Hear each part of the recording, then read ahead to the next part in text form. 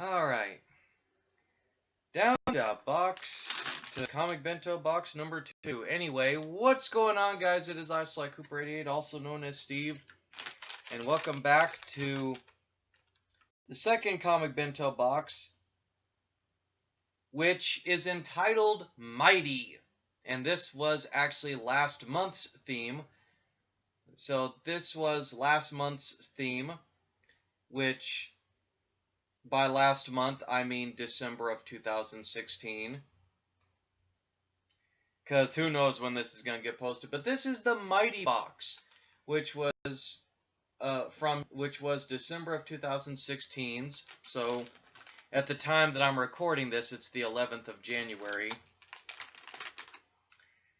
It's called the Mighty box, but it's actually a Marvel Spotlight, which is kind of funny because they're spotlighting Marvel, Marvel Comics, but there's one or two non-Marvel books in here. So let's open this bad boy up. I can tell the first one is probably either going to infuriate or it's going to excite a lot of people. I just want to read it just to see what the big deal about the character is. But the first one that we have in here is the unbelievable Gwenpool. Like I said, some people are going to be elated, and then some people are going to be like, oh, Jesus. Yeah, Gwenpool has been apparently very, very polarizing to the media. Because everybody's like, oh, great, now because of Spider-Gwen coming out, now they got to Gwenify every character. And the irony is, the character isn't even Gwen Stacy. It's just a girl it's just actually a woman who is a giant fangirl of Spider-Gwen who got transported a la, Comics Zone style. For those of you that are Sega Genesis fans in the 90s, you'll get that video game reference. Into her own comic, and she tries to be a hero, and she's basically female Deadpool, if not even more ridiculous. But I mean, to me, I'm willing to give the book a shot because I want to see what the big deal about the character is, not in a snarky way, but I'm just like, okay, everybody loves this character, everybody hates this character. There's like no middle ground. Everybody's just like, they either hate her or they love her. And to me, I kind of get where some people come from, but at the same time, I'm like, I want to read this for myself and just really see like where they go with this, because I'm intrigued. I'm intrigued. Okay.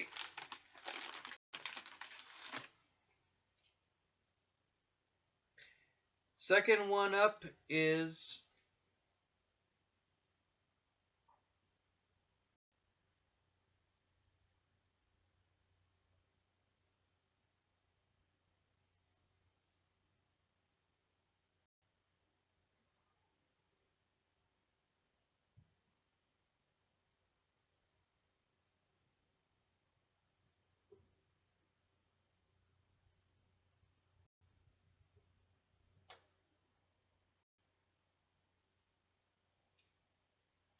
okay. This one I might end up giving away just because I don't play these kinds of games, but I may just read it before I play through it a little bit.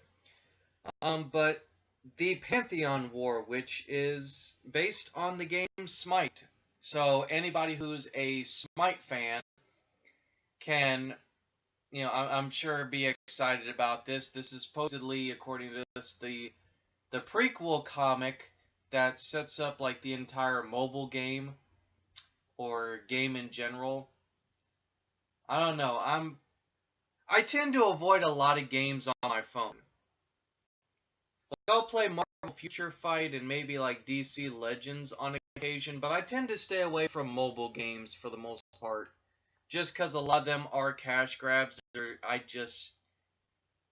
don't know. It just like kind of like some MMOs, you can't get into them.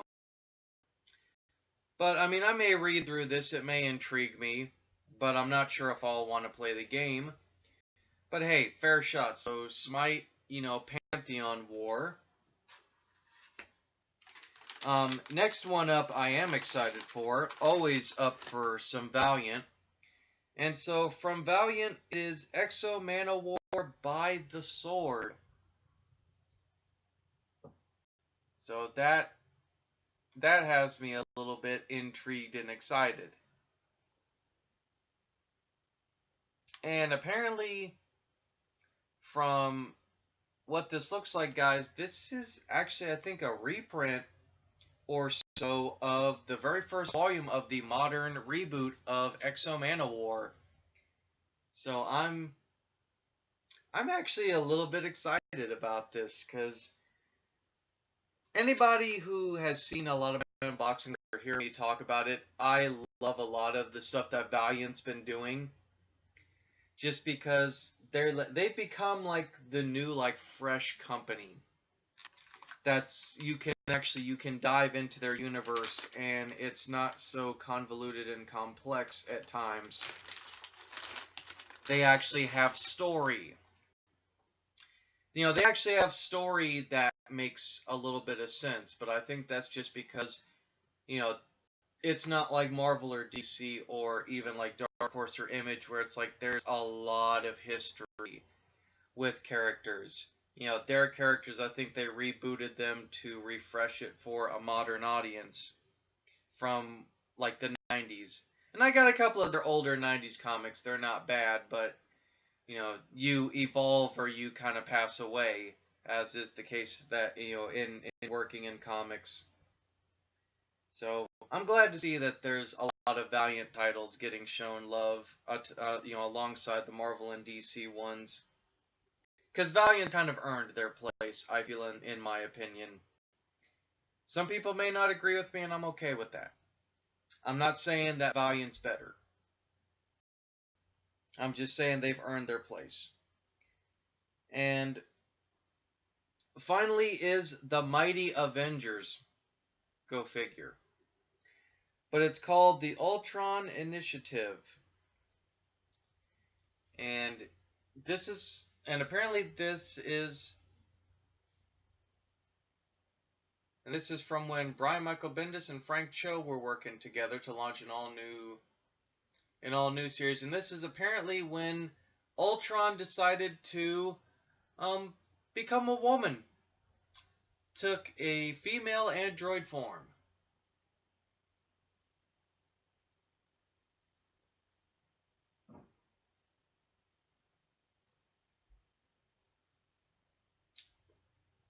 Yep. Ultron is going to be a woman in this book. But I'm excited for this, though, guys, because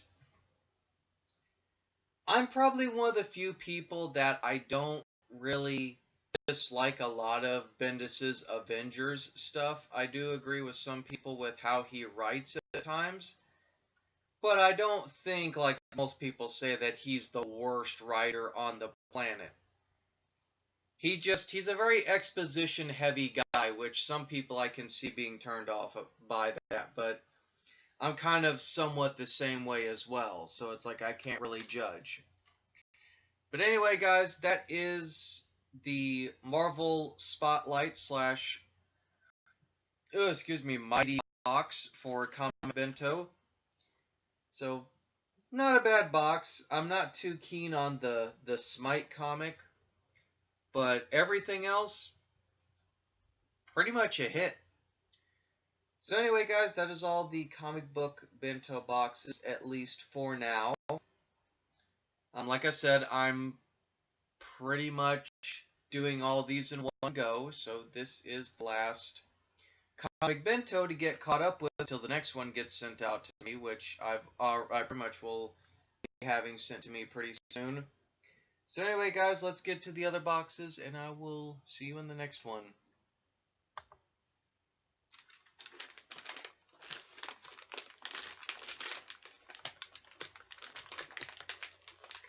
Come on.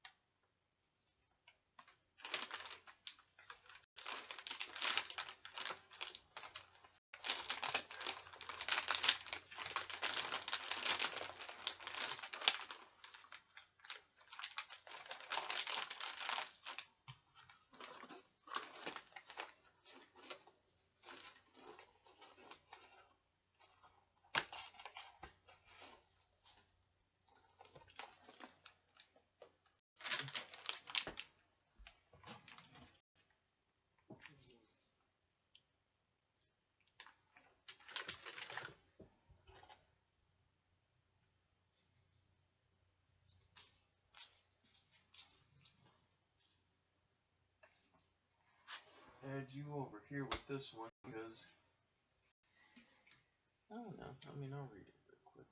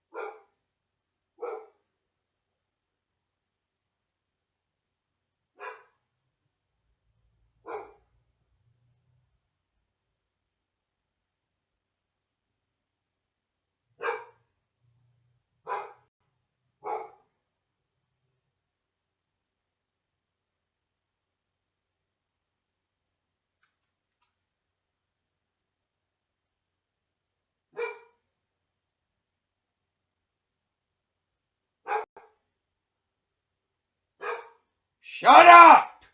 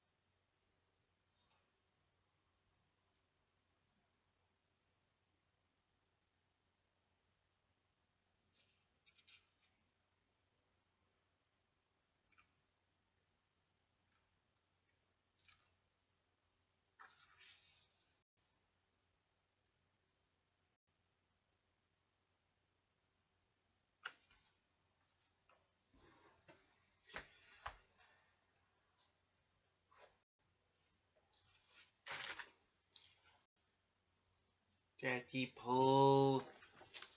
How you doing? How you doing? Yes, I see you.